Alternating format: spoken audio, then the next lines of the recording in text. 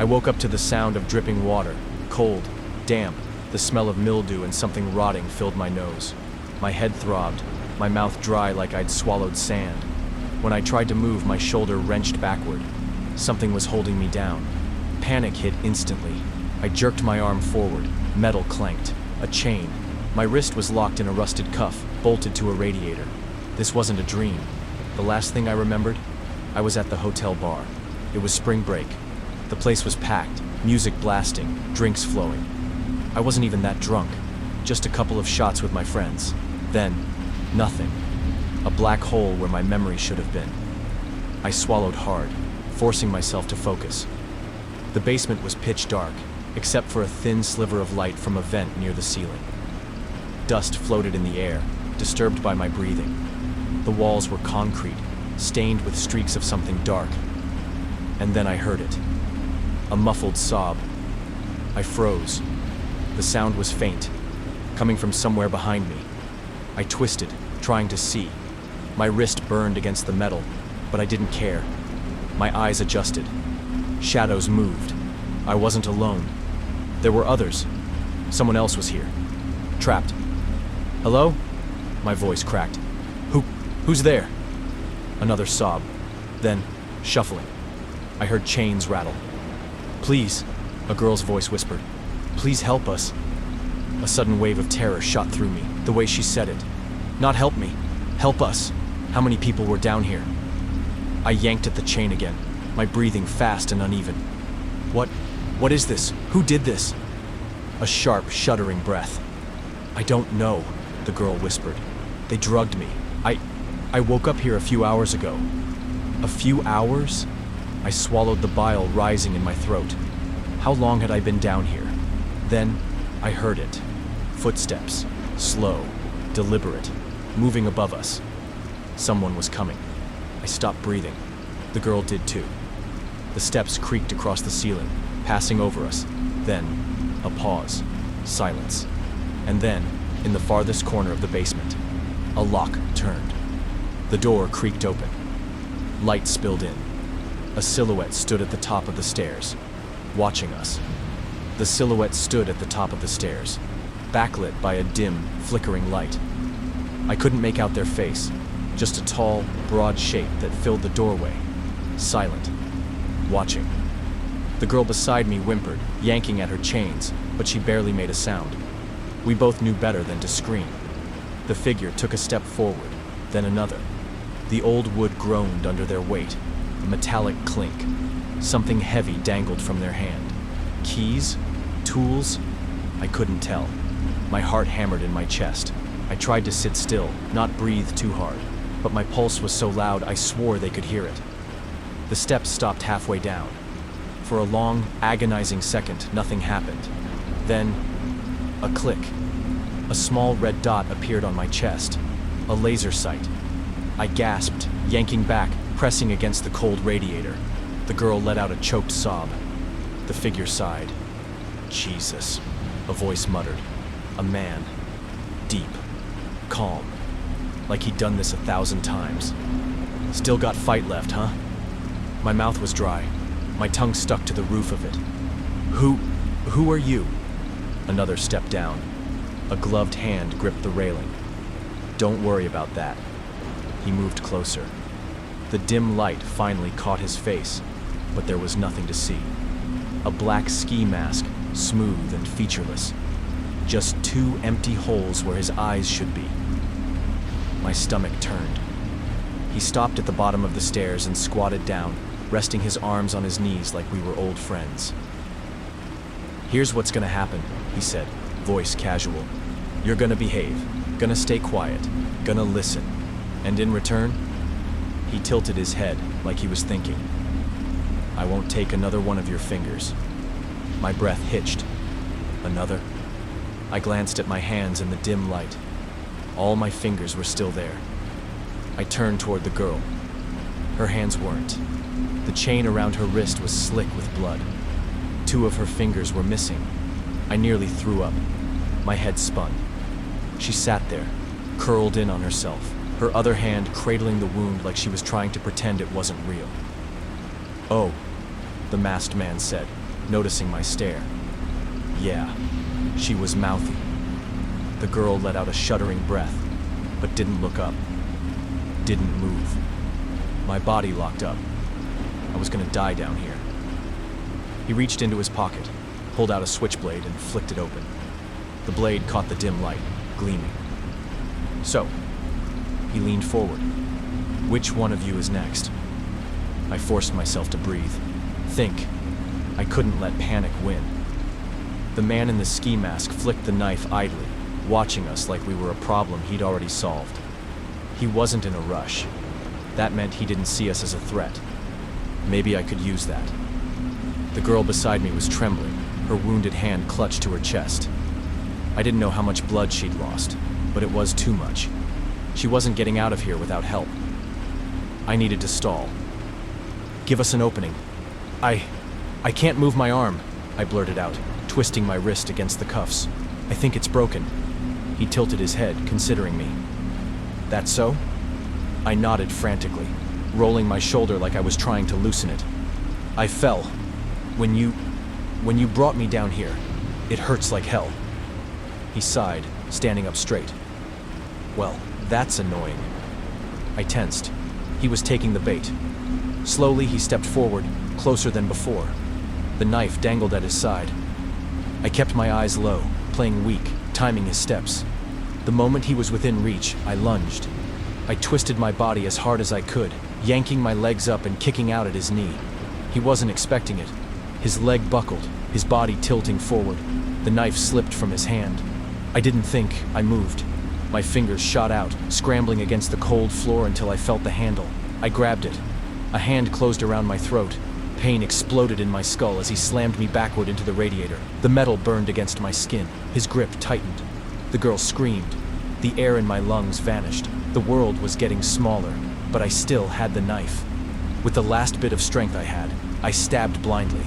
The blade sank into something soft. His arm. He let out a snarl and reeled back. I gasped for air, sucking in a sharp breath. He yanked the knife out, but it didn't matter. He was hurt, distracted.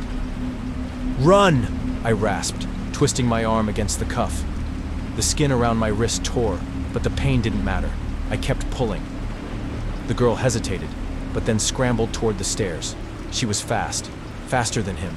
He turned, reaching for her, but I threw myself into his legs. He collapsed, knocking his head against the wall. I heard a sickening crack. He groaned, dazed. I didn't stop. I pulled, yanked, twisted, and then my wrist slipped free. The metal cuff clattered against the radiator. My skin was raw, bleeding, but I didn't care. I was loose. I stumbled to my feet, kicking the knife toward the other side of the room. He wouldn't reach it first. The girl was almost at the top of the stairs, banging against the door. "It's locked!" she sobbed. I ran after her, taking the steps 2 at a time. The masked man groaned behind me. He was getting up. I slammed into the door with my shoulder. Once. Twice. I could hear him moving. The 3rd time, it burst open. Light flooded in. The smell of alcohol and bleach hit me hard. The hotel laundry room. We weren't in some abandoned place. We were still in the damn hotel. I grabbed the girl's arm and yanked her through the door. We ran. The last thing I heard before the door swung shut. Heavy footsteps pounding up the stairs. We sprinted through the dimly lit laundry room, my pulse hammering so loud I could barely hear anything else. The industrial washers loomed like silent sentinels, their metal surfaces streaked with years of grime. My feet slammed against the tile floor, the girl struggling to keep up, her breath coming in sharp, ragged gasps. Behind us, the door to the basement burst open. He was coming. I yanked the girl forward, dodging between rolling laundry bins filled with damp sheets. There had to be a way out. There had to be. But the walls were windowless, and the only exit I saw was a set of double doors with a keypad lock. Shit. I whirled around, scanning for anything useful. The girl was clutching her wounded hand to her chest, eyes wide with panic. She wasn't going to last much longer. We needed to hide. The footsteps behind us were getting closer. Too close. I grabbed the girl's arm and dragged her toward a row of industrial dryers stacked against the far wall. One was cracked open just enough to wedge inside. It wasn't a good plan. but it was the only one I had. "Get in," I hissed. She hesitated for half a second, then scrambled inside, curling into herself as small as she could. I grabbed the nearest laundry cart, shoved it in front of the machine, then ducked behind a shelving unit filled with folded towels. I crouched low, forcing myself to stay still. Breathe. Be quiet. A second later, he stepped into the room. He wasn't running. He didn't need to. The ski mask clung to his face, darkened now with a streak of blood from where I'd stabbed him. He held his arm stiffly, the knife still clutched in his other hand. He looked pissed. The air in the room felt suffocatingly still. The only sound was the faint hum of the dryers. And then he spoke. "You really think you can run?" His voice was eerily calm, like he was disappointed in us. "You think this hotel is gonna save you?" I clenched my jaw, stayed silent. He took a few slow steps forward, his boots squeaking against the tile. "I own this place," he said. "Every hallway, every room." My stomach turned. He wasn't lying, was he? This was a hunting ground, and we had nowhere to go. He stopped near the laundry bins, scanning the room. Then, he turned toward the dryers. My breath hitched. I saw his fingers twitch. He knew. He lifted his boot and kicked the laundry cart aside. It crashed to the floor. The girl let out a muffled whimper. His hand reached for the dryer door. I couldn't wait any longer. I lunged. With every ounce of strength I had left, I grabbed the nearest shelf and yanked it down. The towels tumbled onto him, knocking him off balance. His knife clattered to the floor. The girl screamed. I dove for the weapon, my fingers wrapping around the handle. I turned, swung blindly. The blade slashed across his arm. He roared in pain, stumbling backward. "Run!" I shouted. The girl tumbled out of the dryer, nearly tripping over herself as she bolted for the doors. My heart pounded. We were so close. The masked man staggered, but he wasn't down. He lunged for me, his injured arm slowing him just enough that I twisted away. The girl reached the doors. "It's locked!" she gasped. I sprinted toward her, gripping the knife. There had to be a way to break the keypad. Maybe we could... The door swung open. A hotel employee stood on the other side. A middle-aged man in a crisp uniform, holding a clipboard. He frowned, taking in the scene. The blood on my hands, the girl's panicked expression, the masked man struggling to stand. "Oh," the employee said. His voice was flat, unconcerned. My stomach dropped. He wasn't surprised. He looked at the masked man. "You need help with these two?" The masked man straightened, clutching his injured arm. Blood dripped onto the tile. He exhaled sharply, as if annoyed. The hotel employee stood motionless, waiting for an answer. The fluorescent lights buzzed overhead, drowning everything in an artificial glow. I felt my throat tighten. They knew each other. "Yeah," the masked man finally said, flexing his fingers. They were a bit more trouble than expected. The employee nodded, pulling a pen from his pocket and scribbling something onto the clipboard. "Want me to log them or clean them up?" I couldn't breathe. Log them. Like we were nothing more than a couple of misplaced towels. The girl beside me whimpered, pressing herself against the doorframe. I gripped the knife tighter, my mind spinning. There was no help coming, no one to call. This wasn't just a kidnapping. This entire hotel was part of it. The employee shifted his gaze to me. "You're making a mess," he said flatly. "Guests don't like mess." The masked man sighed. "I'll handle it." Number no. I didn't think. I swung the knife. The employee jerked back, barely dodging as the blade sliced through the air. His clipboard clattered to the ground. I bolted. I grabbed the girl's wrist and pulled her with me. We tore down the hallway, past stacked crates of linens and locked service doors. No windows, no exits.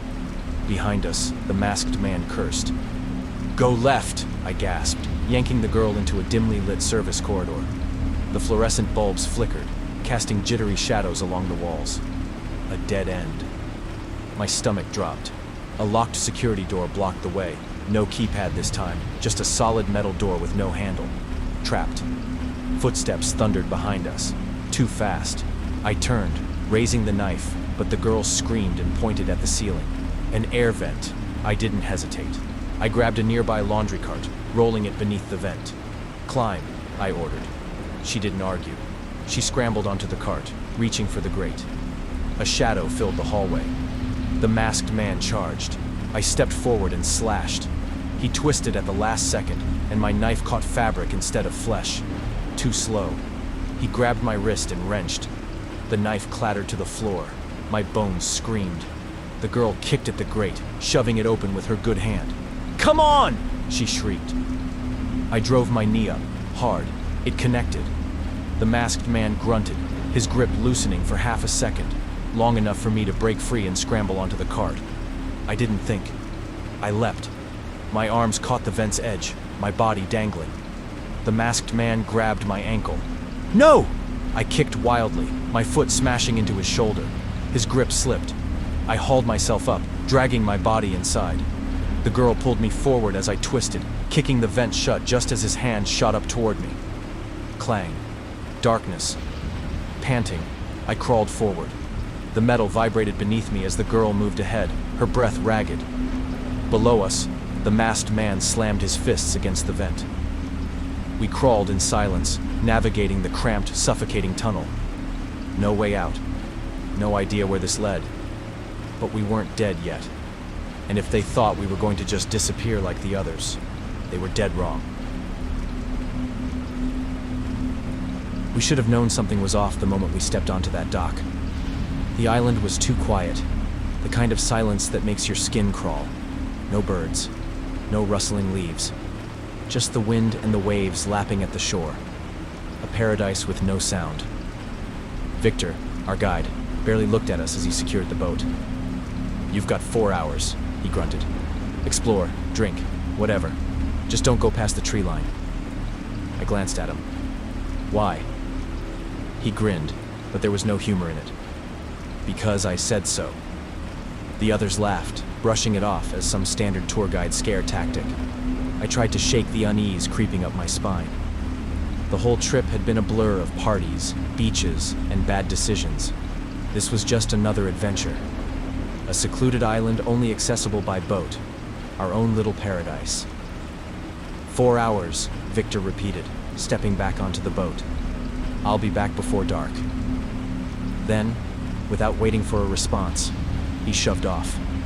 The engine rumbled to life, and within seconds, he was gone. The boat disappeared over the horizon.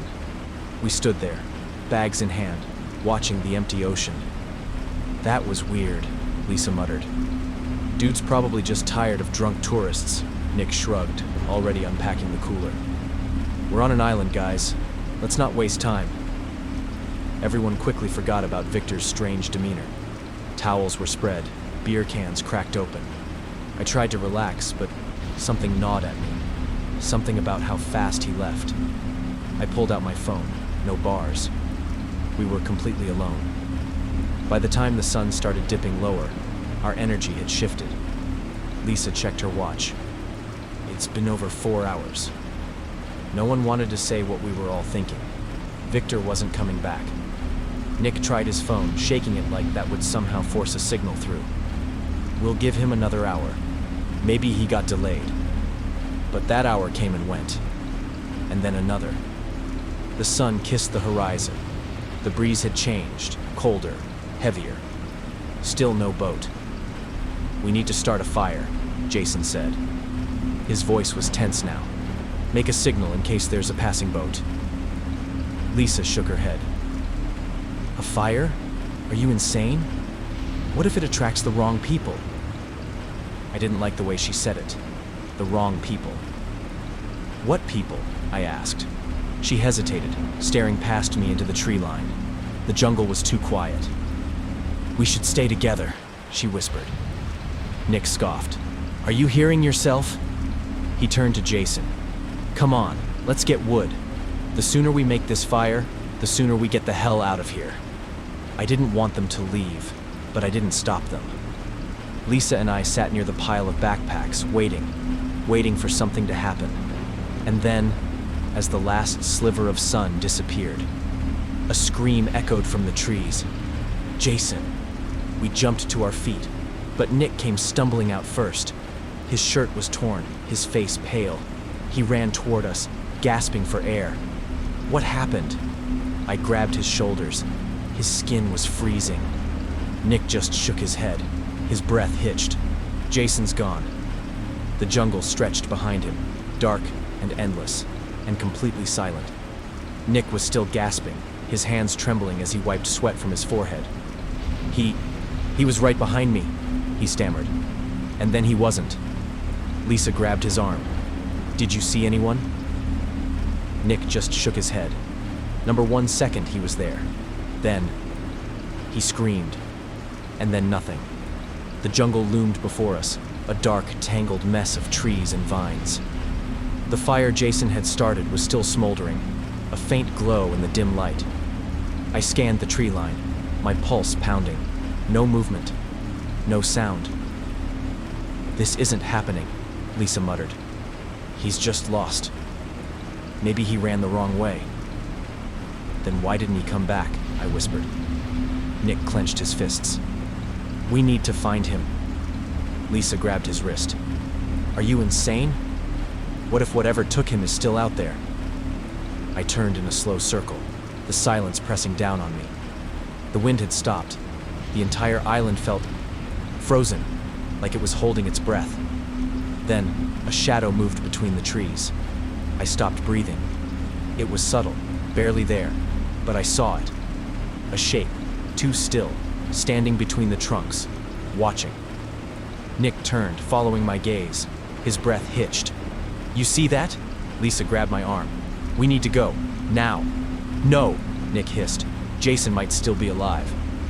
Lisa's grip tightened, and we might end up like him. A branch snapped. All of us froze. It came from the tree line, close. Then, footsteps. Slow, deliberate, coming closer. Lisa was shaking. Oh my God, she whispered. We're not alone. I backed away, my heart hammering. Run, I breathed. Lisa bolted first. Nick hesitated for a split second, then turned and ran after her. I followed, sprinting for the beach, my feet pounding against the sand. Behind us, the footsteps broke into a run. A ragged, choking sound filled the air. Not a scream, not a growl. Something worse. A sound that made my stomach lurch, like a person struggling to breathe, but wrong. The jungle blurred past as we crashed onto the shore, panting. I turned back, expecting to see something charging at us. But the tree line was empty. Nick collapsed onto his knees, his breaths coming in desperate gasps. Lisa doubled over, hands on her knees, trembling. What the hell was that? She choked out. I stared at the jungle. The fire was still flickering, a dim beacon in the night. But Jason was gone, and now we knew we weren't alone. Then, from the trees, something whistled. A long, slow tune, like someone calling us back. The whistling continued, long, slow notes drifting from the trees. It knew we were listening. Nick grabbed my wrist. We have to move, now. Lisa didn't argue. We stumbled toward the beach, tripping over sand and rocks. Our fire was still flickering, but it suddenly felt too small, too useless. We had no boat, no signal, and Jason was still missing. I'm not leaving him, Nick muttered. I don't care what's out there. Lisa turned on him. You don't get it. Jason is gone. That thing took him. A loud splash cut her off. We all snapped toward the water. Waves lapped at the shore, black under the night sky. Something had just moved. Something big. Lisa's breath hitched. It's not just the jungle, she whispered. I felt my stomach twist. We were trapped. If we ran into the trees, we'd vanish like Jason. If we took to the water, we had no idea what was waiting. Nick clenched his fists. We make a plan. We don't just sit here like prey. I forced myself to breathe. Okay. First, we need weapons. Lisa shook her head. With what? A beach towel? Nick ignored her and grabbed a burning log from the fire. It's better than nothing. He handed me another. We move together. If something comes for us, we fight. A twig snapped. The whistling stopped. Then, footsteps. Dozens of them. Lisa backed up. Oh my God, they're all around us. Shadows shifted along the tree line. I gripped my torch, my throat dry.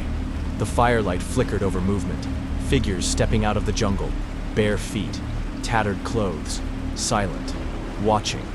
Their faces were blank, eyes unfocused, as if they weren't fully awake or fully human. I took a shaky step back. "Who are you?" I tried. We don't want trouble." No one spoke. No one even blinked. They just stood there, surrounding us, waiting. Nick raised his torch, his voice shaking. "Get back!" One of them finally reacted. A man, his face gaunt and stretched too tight over his skull, stepped forward. He looked right at me, then turned his head toward the jungle and whistled. Behind him, more shapes emerged from the darkness. Lisa grabbed my arm. "We need to run." Nick shook his head. "Number, we fight." I barely had time to decide, because suddenly they rushed us. They moved fast, faster than I thought possible, silent, coordinated, like hunters who had done this 1,000 times before. Nick barely had time to react before the first one lunged.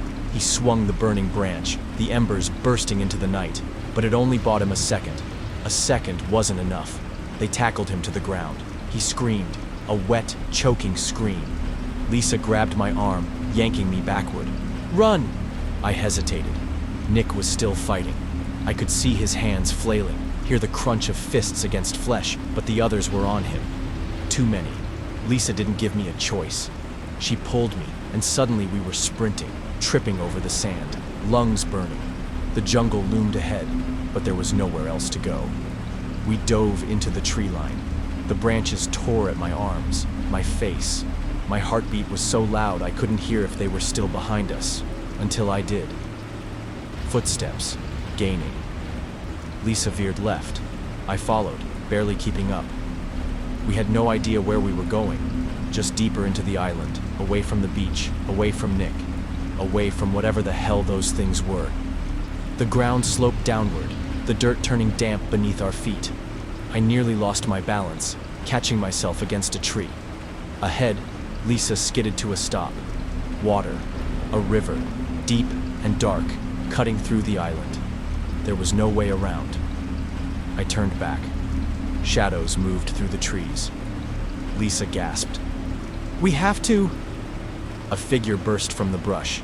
I swung my torch out of pure instinct. The flames lit up a face, sunken, lifeless eyes, lips peeled back in a grotesque grin. Not a mask, a real face. It grabbed Lisa. She screamed, twisting, kicking, but it was strong, too strong. I didn't think, I just moved. I drove the torch into its side. The smell of burning flesh hit me instantly. It shrieked, an animalistic, unnatural sound, and let go. Lisa stumbled back, gasping. "Go!" I rasped, grabbing her wrist. "Now!" We hit the water at full speed. It was freezing. My limbs went numb instantly. But we didn't stop. We kicked, pulled ourselves through the current. I risked a glance back. They stood at the shore, watching. The firelight flickered behind them, their shadows long and twisted. They weren't following us. Not into the water. Lisa choked, shivering. "Where do we go?" I turned, scanning the darkness. Ahead, the river bent toward the ocean. If we followed it, we'd hit the shore. Maybe, just maybe, we'd find a way off this island. I didn't have a better plan. "Downstream," I said. "We follow the river." Lisa nodded. We swam, the current pulling us away, carrying us into the unknown. Behind us, the figures stood motionless, still watching, still waiting. And somewhere in the jungle, someone whistled. The bouncer barely looked at our IDs before unclipping the velvet rope. No wait, no cover, just an easy entrance into the most exclusive club in town. That should have been the first red flag. But we were too drunk on the rush of it, high on the fact that some rich guy had spotted us at a dive bar earlier and whispered the magic words. VIP access, free drinks, no strings attached. I remember stepping inside, the heavy bass vibrating through my ribs. The place reeked of expensive perfume, sweat, and something else. Something sharp and chemical that made the hairs on my arms stand up. Lisa leaned in, grinning. "Dude, this place is insane." Nick clapped me on the back. Told you spring break would be worth it. I nodded, but something about the atmosphere gnawed at me. The club was too perfect, too polished. The kind of place that felt like a set, like a performance was happening and we were the props. Then came him, our host. Tall, tanned, too well dressed for a place full of sweaty tourists. He slid through the crowd like he belonged, flashing a grin that dripped money. When he reached us, he snapped his fingers, and champagne appeared. A pristine silver tray, 6 glasses, bubbling gold. "All yours," he said, voice smooth as silk. My treat. Lisa grabbed a glass without hesitation. Nick and the others followed. I hesitated. Not drinking?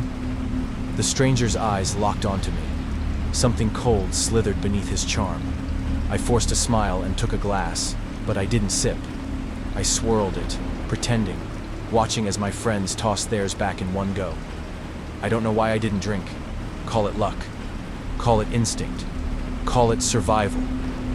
The night blurred after that. The music felt louder. The room felt smaller. Lisa's laughter turned slurred, then distant. Nick stumbled into someone and didn't even react when they shoved him back. One by one, my friends started to fade. My head felt heavy. My vision swam. The last thing I remember was that man, watching me, still grinning, still untouched by whatever was happening to us. Then, black. Pain. That was the first thing I felt.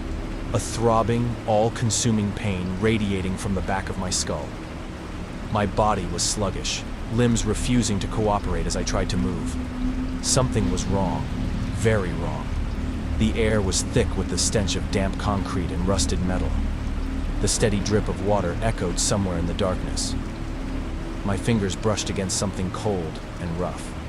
A chain. I forced my eyes open, blinking rapidly against the dim light. The room was massive, a warehouse.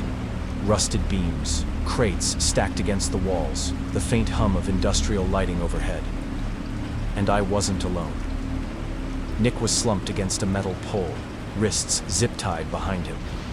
His head lolled to the side, mouth slightly open. Lisa was crumpled near the opposite wall, her breathing shallow but steady. The others. Where were the others? My pulse skyrocketed. I strained against whatever was holding me down, only to realize my own hands were bound, thick rope digging into my wrists. My legs, chained to the floor. Panic clawed at my chest. "Nick," I croaked. My throat was raw, dry. "Nick, wake up." He groaned, eyelids fluttering, but he didn't wake. Lisa didn't stir at all. Footsteps, slow, measured, coming closer. I snapped my head toward the sound. A doorway at the far end of the warehouse was open just enough to let a sliver of light spill in. A shadow passed through it. Someone was watching us. I held my breath, waiting, listening. Then the door creaked wider, and he stepped inside. The man from the club. Except now, the suit was gone. He wore plain, dark clothes, the kind that blended into the shadows. His grin was gone, too. In its place was nothing. Just cold, detached indifference. "You're awake," he said. "Good." I swallowed hard. "Where are we?" He ignored the question. His eyes drifted over to Lisa.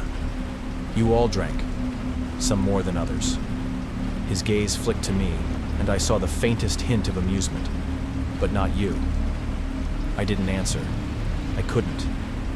He walked over to a table in the corner, where something gleamed under the dim light. I followed his movements, my stomach twisting. He picked up a syringe, tapping it once before glancing back at me. "You'll wish you had." The door creaked again. More footsteps, more shadows, more of them. And just like that, I knew this wasn't about money. It wasn't about robbery. It was something much worse. Lisa was the first to be taken.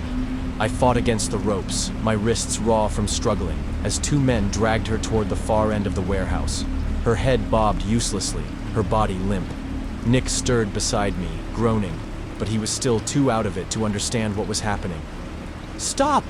I rasped, my voice barely carried in the cavernous space. "Where are you taking her?" The man from the club, Our host only smiled, turning his cold eyes on me. "You don't ask the questions here," Lisa whimpered as they hoisted her onto a metal table. One of the men pulled a curtain across, blocking our view. But the sounds that followed, the rustling of plastic, the faint whir of some kind of machine, sent ice through my veins. Then, the screaming started. Nick's eyes snapped open. "What the hell is that?" he mumbled, still groggy. I didn't answer. I couldn't. I just kept pulling at the ropes, my panic climbing. Lisa's screams cut off suddenly. Footsteps approached again. The curtain slid back and the two men returned, without her. Nick stiffened beside me. "Where is she?" No answer. Instead, the host stepped forward, holding something in his gloved hands. It was Lisa's phone, her case still smudged with fingerprints, but the screen was dark. Disabled. Wiped. One of the men tossed Lisa's purse into a bin labeled disposal. I felt like I was going to be sick. "We'll get to you next," the host said casually, tucking Lisa's phone into his pocket. "But first, let's see how well you beg." I recoiled. "For what?" His smirk deepened. "Your life." The two men moved again. This time, they grabbed Nick. He thrashed, his strength returning in jagged bursts, but they overpowered him. I could only watch as they dragged him behind the curtain, where Lisa had gone. "Don't fight it," the host called after them. "It's easier if you accept what's happening." Then to me, he said, "But something tells me you won't." I barely heard him. I was listening to Nick, listening as he screamed. Nick's screams tore through the warehouse, raw and broken. I had no idea what was happening behind that curtain, but whatever it was designed to break him, to make him compliant, to make him like Lisa. I forced my breathing to slow, my mind sharpening through the fear. If I panicked now, I was as good as dead. The ropes around my wrists were tight, but the friction had loosened them just enough. I twisted my hands, feeling the skin burn as I pulled. The host was watching me. I knew it without looking. I could feel the weight of his stare, his amusement. He wanted me to fight. "Let's see if you can last longer than your friend," he said smoothly. I didn't answer. My fingers found the knot, pulling, yanking, ignoring the pain. Almost there. Nick's screams turned into sobs. The host chuckled. "There it is, the breaking point." He turned, signaling to one of the guards. "Bring the last one." That was my window. The second the guard took a step toward me, I ripped my hands free. The rope burned as it slid off, but I barely felt it. Adrenaline hit me like a freight train. I lunged forward, throwing my weight at the nearest guard. He wasn't expecting it. My shoulder slammed into his ribs, knocking him back. Nick was still behind the curtain, and I didn't have time to think about what they'd done to him. I had to move. The host sighed, shaking his head. Predictable. A sharp pain exploded against the side of my skull, my vision blurred, knees buckling. Another guard, one I hadn't seen, had struck me with the butt of his rifle. I hit the floor hard, the cold concrete sending a shock up my spine. The host crouched beside me, tilting his head. That was disappointing. My vision swam. I tasted blood. "But don't worry," he continued, voice soft. "We have other ways of making you stay." The last thing I saw before the world faded was the guard reaching for a syringe. I woke up strapped to a chair. The sting in my arm told me they'd used the syringe. My head felt light, my limbs sluggish. But my mind was still mine.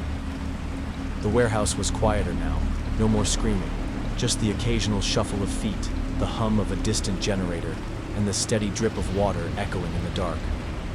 Lisa was gone. Nick. I didn't know. I didn't want to think about what that meant. The host sat across from me, elbows resting on his knees, watching, studying, like I was some kind of test subject. "Most don't make it this far," he said, shaking his head with something almost resembling admiration. "You're stubborn. I like that." I tried to speak, but my throat was dry. My tongue felt heavy, like my mouth was full of sand. You've got two choices, he continued, standing up and pacing the room. Option 1. You disappear like the others.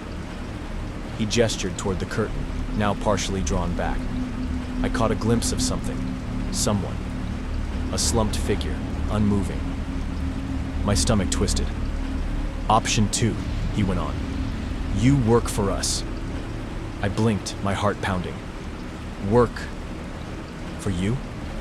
My voice cracked. The host smiled. You've proven yourself useful. Smart. You see things others don't. We could use someone like you. He leaned in.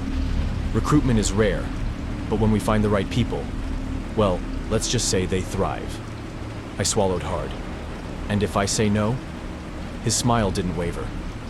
Then we make sure no one ever finds you. My pulse hammered against my skull. This wasn't a negotiation. It was a death sentence disguised as a choice.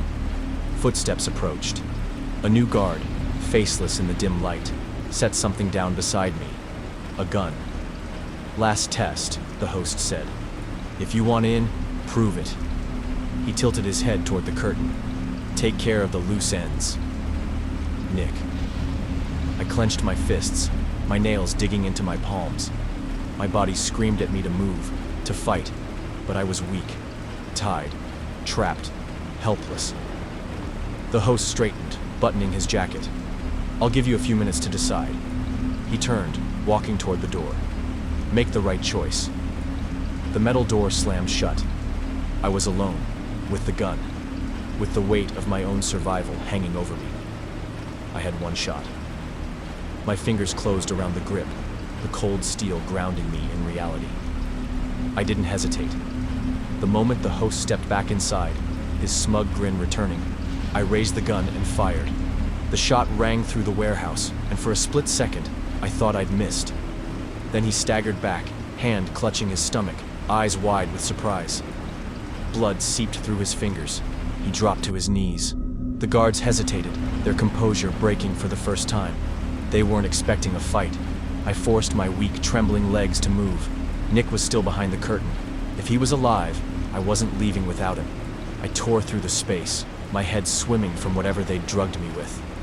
Lisa was gone, but Nick was breathing. I yanked at his restraints, whispering his name, shaking him until his eyelids fluttered. The guards recovered quickly, shouts ringing out, the sound of boots pounding toward me. We had seconds. Nick groaned, his body still sluggish, but I pulled him to his feet, threw his arm over my shoulder and aimed the gun at the nearest guard. They stopped in their tracks, hesitating. I didn't. I fired again, hitting one of them in the leg. He screamed, dropping his weapon, and the others scrambled to react. I dragged Nick forward, sprinting toward the only open door I could see, my entire body screaming in protest. The outside air hit like a slap, cold and sharp. A long, empty road stretched before us, lit only by the distant neon glow of the city. The sound of chaos roared behind us, but I didn't look back.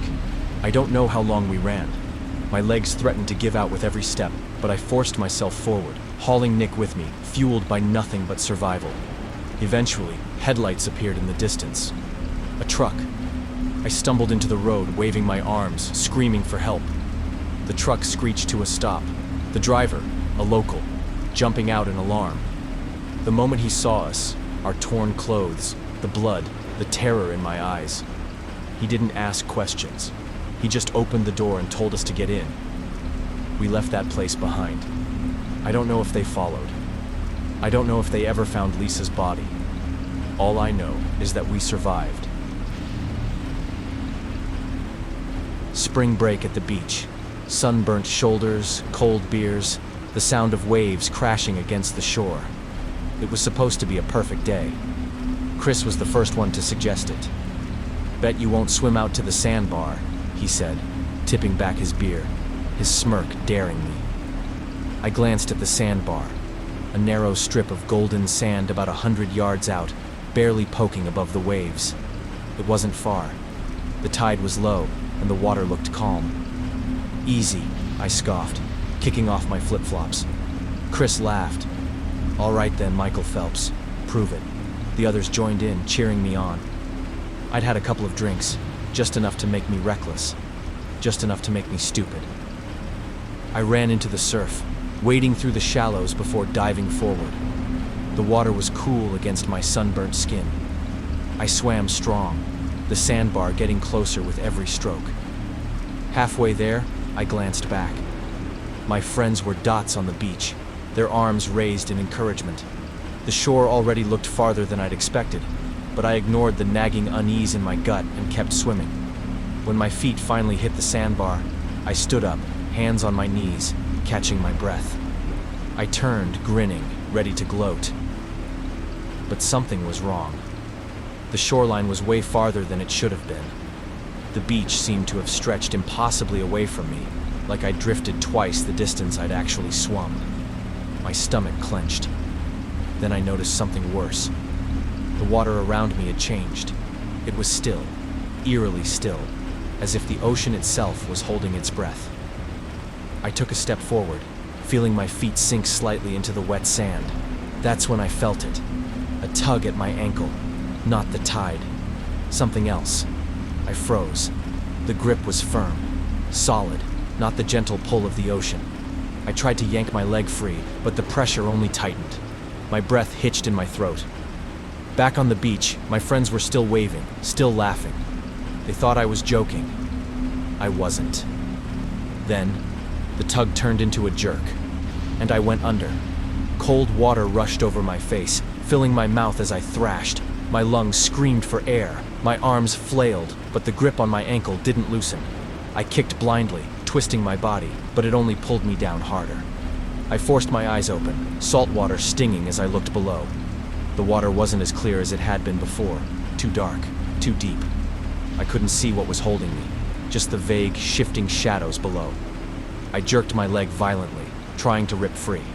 My foot hit something, solid and rough, and the grip loosened for just a second. My body shot upward, but before I could break the surface, it yanked me back down. Panic exploded in my chest. My arms burned, my vision blurred at the edges. I was running out of time. My instincts screamed at me, fight, fight, fight. I twisted my body again and kicked, harder this time. My foot connected with something that felt like bone. The grip slackened. My body shot upward. I broke through the surface, gasping so hard my throat felt like it was splitting open. My ears rang, my head spun, but I managed to scream, "Help! Something's..." Before I could finish, I was pulled back under, harder, deeper. I twisted, trying to grab at whatever had me. My fingers brushed against something thin, wiry, not a hand. Rope? Seaweed? My mind was spinning too fast to make sense of it. My chest convulsed. My body was betraying me, desperate to inhale. I knew if I did, I'd drown. I reached for my ankle, fingers clawing at whatever was wrapped around it. It wasn't rope. It was tight, unforgiving, like steel cable. I pulled at it, dug my nails into it. It felt wet and smooth, but also alive. Then it moved. A ripple, a shift, like it had just noticed me touching it, like it was aware. I freaked out. I used every last bit of my strength to kick, twist, claw, anything.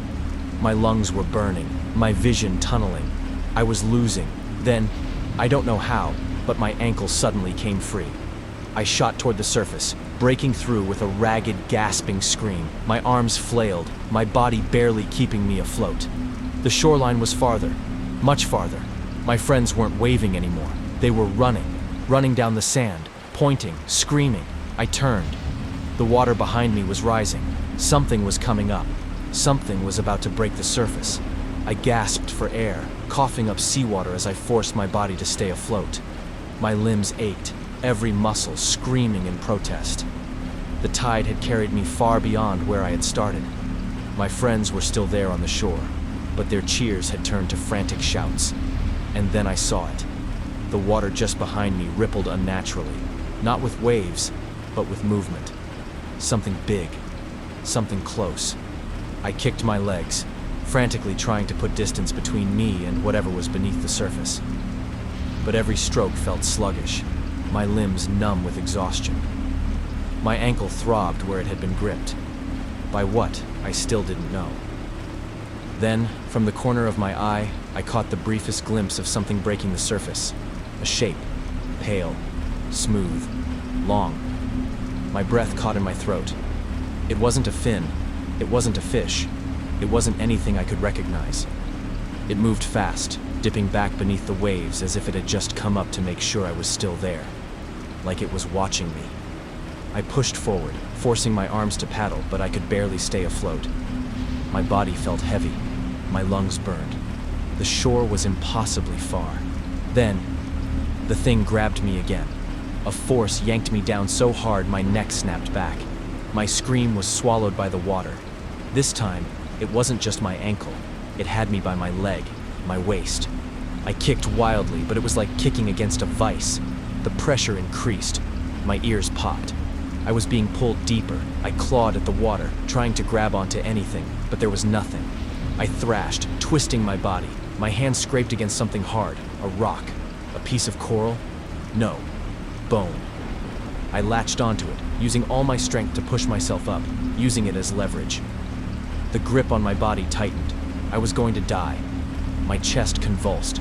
My lungs screamed. My body begged me to take a breath, even if it meant inhaling the ocean itself. Drowning felt inevitable. Then, a crack. The pressure on my leg lessened. Something let go. I didn't question it. I thrashed upward, breaking the surface with a scream so hoarse it barely made a sound. My head spun, vision blackening at the edges. I was so far from shore. But something was different. The thing wasn't pulling me down anymore. I turned in the water, panting, shaking, terrified, and then I saw why. The water just a few feet away from me had turned red. Something else was in the water, and it was bleeding. I treaded water, gasping, my vision flickering at the edges. My legs felt like dead weight, my body weak from the fight. But I couldn't stop now. I couldn't let it pull me down again. The water around me had turned dark red. A cloud of it drifted, expanding like ink spreading in a glass. My mind raced. Was it my blood? No, I could still move, still feel my limbs, but whatever had grabbed me was hurt. Badly. I turned toward the shore. My friends were no longer standing. They were running, screaming, waving their arms. That's when I saw the fin. Not sleek like a shark's, jagged, twisted. A dorsal spike breaking the surface before slipping back under. I didn't have time to process it. I had to swim. With the last of my strength, I pushed forward. My arms felt useless, my legs barely kicking. Every stroke felt like moving through wet cement. The water behind me swelled. A wave lifted me, but it wasn't a wave. It was something moving beneath me. I felt it. A rush of water. A deep, guttural noise. Not a splash, not a roar. Something else. A sound that rattled in my chest, vibrating through the water. Like a groan. Like it was angry. I didn't look back. I couldn't. I swam. Harder than I ever had in my life. 50 yards. 40. Something hit my leg. A blunt force. Not a bite. A push. Like it was trying to drag me back. Like it wasn't finished with me. I kicked. A wild, desperate kick. I felt something give beneath my foot. A dull, meaty resistance. I hit it, and it recoiled. 30 yards. My lungs burned. My arms felt like lead. The shore was close, so close, but I was slowing down. 20 yards. Then the tide shifted.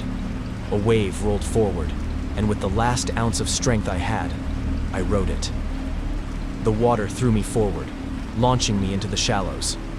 My knees hit sand, my hands clawing at the wet earth. I crawled.